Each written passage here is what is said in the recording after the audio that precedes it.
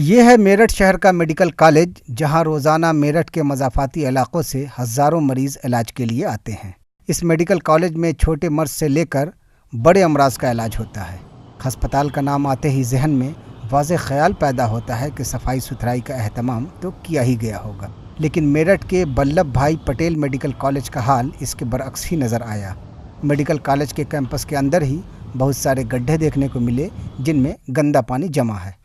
हमारे हॉस्पिटल में डेंगू के 3 रोगी आए हुए थे। एक आया था 8 सितंबर को, एक 11 सितंबर को, 13 सितंबर को। 8 सितंबर को जो रोगी आया था वो वृद्ध था, करीब 72 साल की उम्र थी और वो बागपत ज़िले के बामनोली गांव से आया था। हमारे अस्पताल में भर्ती रहा और अब वो पूर्णतः स्वस्थ होकर के उसकी। मेरठ शहर में डेंगू ने दस्तक दी है। इस खतरनाक बीमारी की वजह से शहर के वल्लभ भाई पटेल मेडिकल कॉलेज में 3 मरीज एडमिट हैं।